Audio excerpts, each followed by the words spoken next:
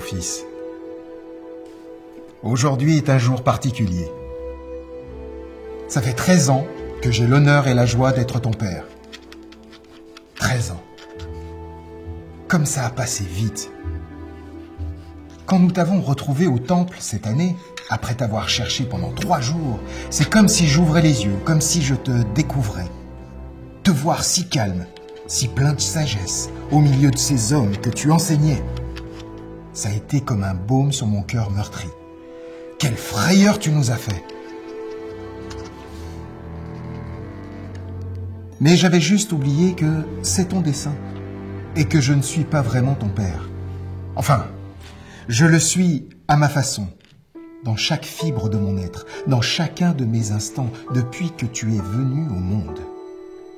Et pourtant, Dieu sait que ça n'a pas toujours été facile. Il me fallait un cœur solide et bien accroché. Je ne suis qu'un homme que le Seigneur a choisi pour être ton père. Tu as bouleversé ma vie dès le commencement. Quand ta maman est venue me voir, tout apeurée, mais en même temps resplendissante de joie, tout ce qu'elle me disait était incohérent. Un ange de Dieu, l'annonce d'une naissance, l'Emmanuel, Dieu parmi nous. La seule chose que j'ai vraiment retenue, c'est qu'elle était enceinte. Quel choc! Je n'ai pas pu en parler avec elle à ce moment-là, car elle devait rejoindre une de ses cousines qui attendait un enfant alors qu'elle était stérile et déjà âgée. Je ne comprenais vraiment rien à toutes ces histoires. Après son départ, je t'avoue que j'étais anéanti. Comment cela se pouvait-il? Moi qui avais toute confiance et tant d'amour pour cette jeune femme qui m'était destinée. Ses parents lui avaient appris à craindre Dieu et à l'aimer en toutes choses. Elle était droite et vertueuse. Comment cela avait pu arriver? Alors j'ai crié ma colère à Dieu. Il me l'avait donnée pour femme, mais elle était enceinte d'un autre. Qu'avais-je donc fait pour mériter un si grand déshonneur? N'avais-je pas essayé de vivre en homme juste aux yeux d'Adonai? J'ai toujours cherché à respecter et honorer la maison de David dont je suis un descendant. Alors j'ai déchiré mes vêtements et me suis assis. J'avais pris la décision de la répudier en secret. Je voulais mourir.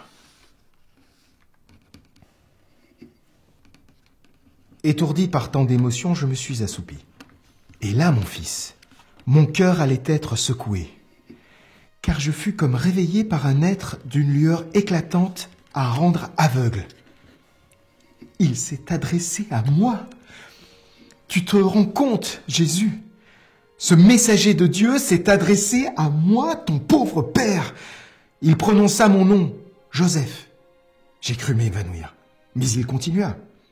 Et il me dit de ne pas avoir peur, de prendre ta mère pour épouse. Et si tu portes ce prénom, c'est qu'il m'a même dit de te le donner. Comme quoi ça voulait dire Dieu sauve, Jésus. Après cet événement, je savais que plus rien ne serait comme avant. Oui, j'acceptais cette mission. Mon Dieu, oui, ma douce Marie ne m'avait pas trahi.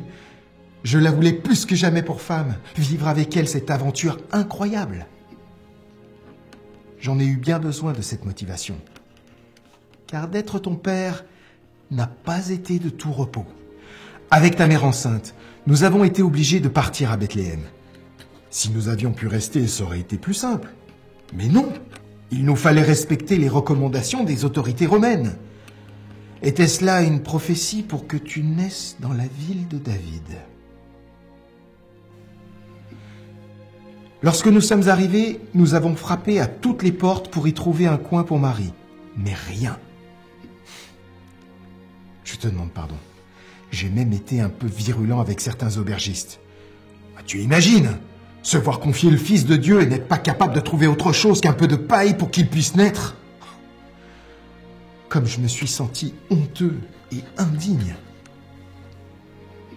Le Seigneur vous avait mis ma douce Marie et toi sous ma protection et je n'ai pas été fichu de vous offrir autre chose. Quelques heures après, nous avons vu arriver quelques bergers qui venaient de tous les coins de la campagne. J'ai eu peur qu'ils nous mettent dehors.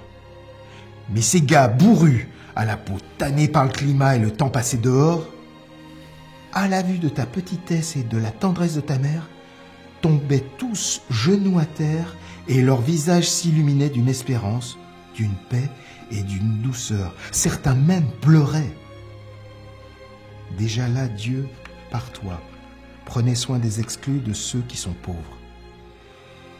Et comme ton père David et ceux qui se présentaient à toi ce soir-là, tu étais là, parmi nous, comme berger de l'humanité. Mon petit Jésus, ça n'est pas tout. Il y a eu bien d'autres visites. Celle de ces 3 hommes venus d'autres coins de la terre. Soi-disant, ils auraient suivi une étoile qui les aurait guidés jusqu'ici. Je crois que c'est à ce moment-là précis que j'ai compris que plus rien ne m'étonnerait et que de vivre près de toi rendait le quotidien de la vie extraordinaire. Je serais prêt à tout pour toi et ta mère, et il fallait que je le sois.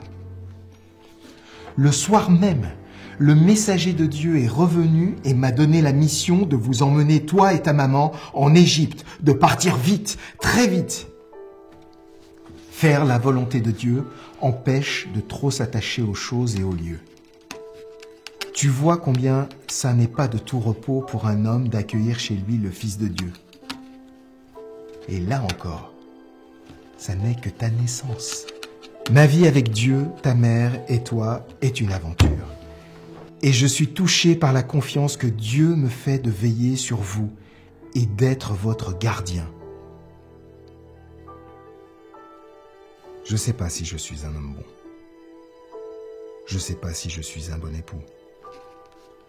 Je ne sais pas si je suis et serai un bon père.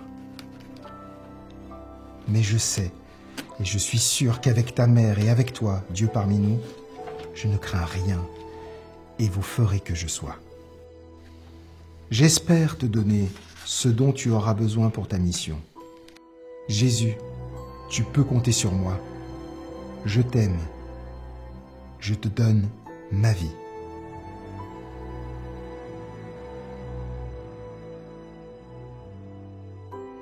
Bon anniversaire, mon fils.